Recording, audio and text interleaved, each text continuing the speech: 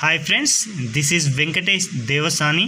మాజీ ఉపరాష్ట్రపతి వెంకయ్య నాయుడు గారి యొక్క జీవిత చరిత్ర పైన ఇటీవల కాలంలో 3 పుస్తకాలు అనేవి విడుదల కావడం జరిగాయి. ఈ యొక్క 3 పుస్తకాలని కూడా భారత ప్రధాని నరేంద్ర మోడీ గారే విడుదల చేయడం జరిగింది.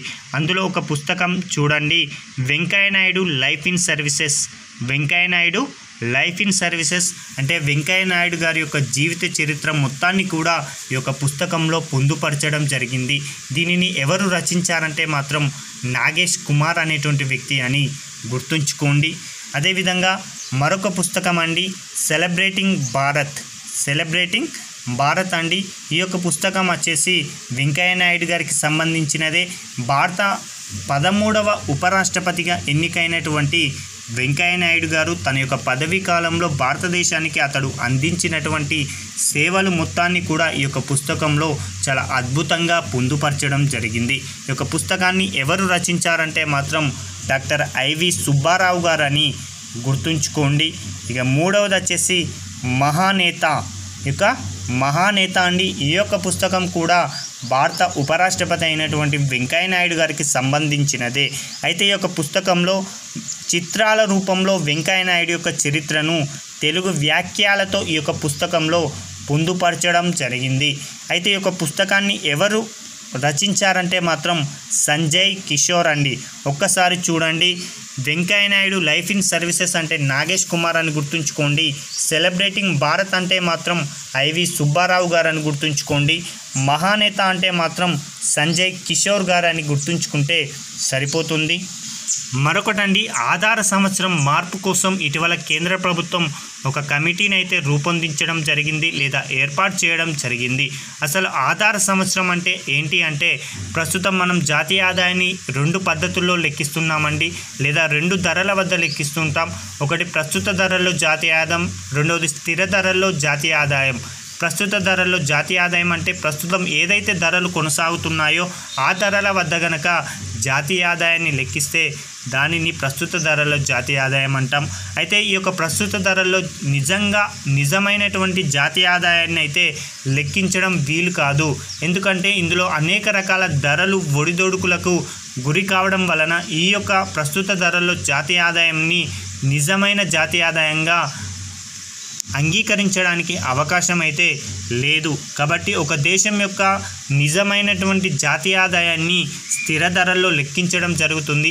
ఆ స్థిర ధరల్లో జాతీయ ఆదాయాన్ని లెక్కించాలంటే ఒక అంశాన్ని ప్రాతిపదికగా తీసుకుంటారు. ఆ అంశమే ఆధార సంవత్సరం అండి. ఆధార సంవత్సరం అంటే గత సంవత్సరం కొద్దీ ఏవైతే ధరలో ఒడిదొడుకులు లేకుండా స్థిరంగా ఉంటుందో అలాంటి ధరని ఆధార సంవత్సర ధరగా పిలవడం జరుగుతుంది. అలాంటి ఆధార సంవత్సరం ఆధారంగానే లెక్కించిన జాతీయ ఆదాయాన్ని నిజమైన జాతీయ ఆదాయంగా పరిగణించడం జరుగుతుంది.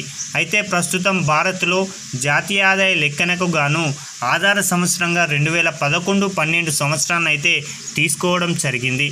అయితే ఈ యొక్క ఆధార సంవత్సరాన్ని మార్చాలని చాలామంది కూడా డిమాండ్ చేయడం జరుగుతుంది. కాబట్టి అలాంటి ఆధార సంవత్సరం మార్పునకి ఏ సంవత్సరాన్ని ప్రాతిపదికగా తీసుకోవాలి అనే అంశాన్ని పరిశీలించడం కోసం, అదేవిధంగా ఈ యొక్క 2011-12 ఆధార సంవత్సరాన్ని సమీక్షించడం కోసం విశ్వనాథ్ గోల్డర్ నేతృత్వంలో ఒక కమిటీని అయితే ఏర్పాటు చేయడం జరిగింది. ఈ యొక్క కమిటీలో ఏకంగా 26 మంది సభ్యులని నియమించడం జరిగిందండి.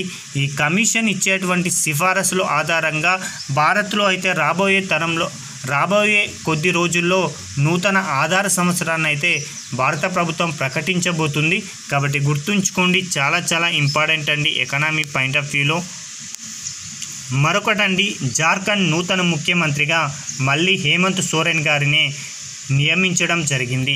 హేమంత్ సోరెన్ గారు గతంలో భూ కుంభకోణం కేసులో అరెస్టు కావడంతో అతడు తన యొక్క పదవికి రాజీనామా చేయడంతో అతని స్థానంలో చెంపై సోరెన్ అనేటువంటి వ్యక్తి జార్ఖండ్కి నూతన ముఖ్యమంత్రిగా గతంలో నియమితులు కావడం జరిగింది.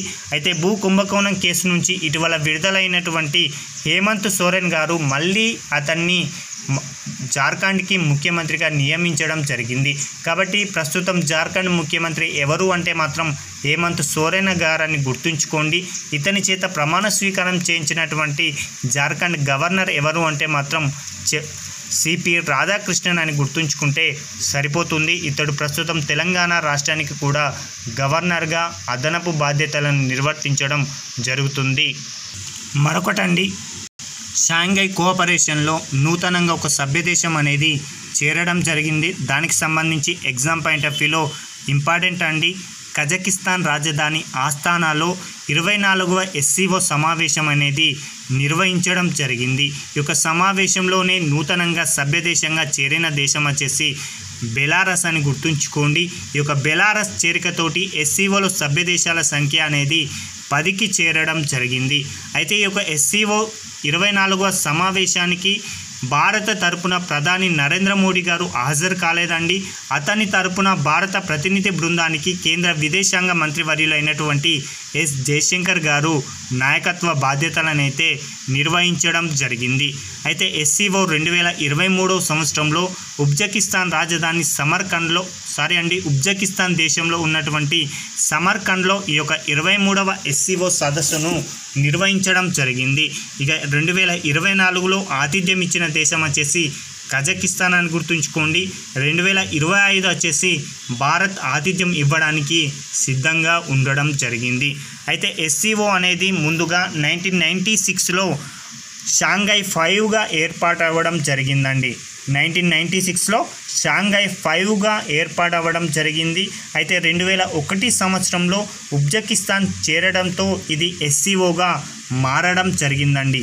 అయితే గతంలో 2001వ సంవత్సరం నాటికి ఇందులో ఉన్నటువంటి సభ్య దేశాలు ఏవి అంటే, ఒకటి రష్యా, 2 కిర్గిజ్ రిపబ్లిక్, 3వది కజకిస్తాన్, 4వది తజకిస్తాన్, 5వది ఉజ్బెకిస్తాన్ అని గుర్తుంచుకోండి. ఈ యొక్క దేశాల అధ్యక్షులు 2001 సంవత్సరంలో షాంఘైలో సమావేశం అవ్వడం జరిగింది.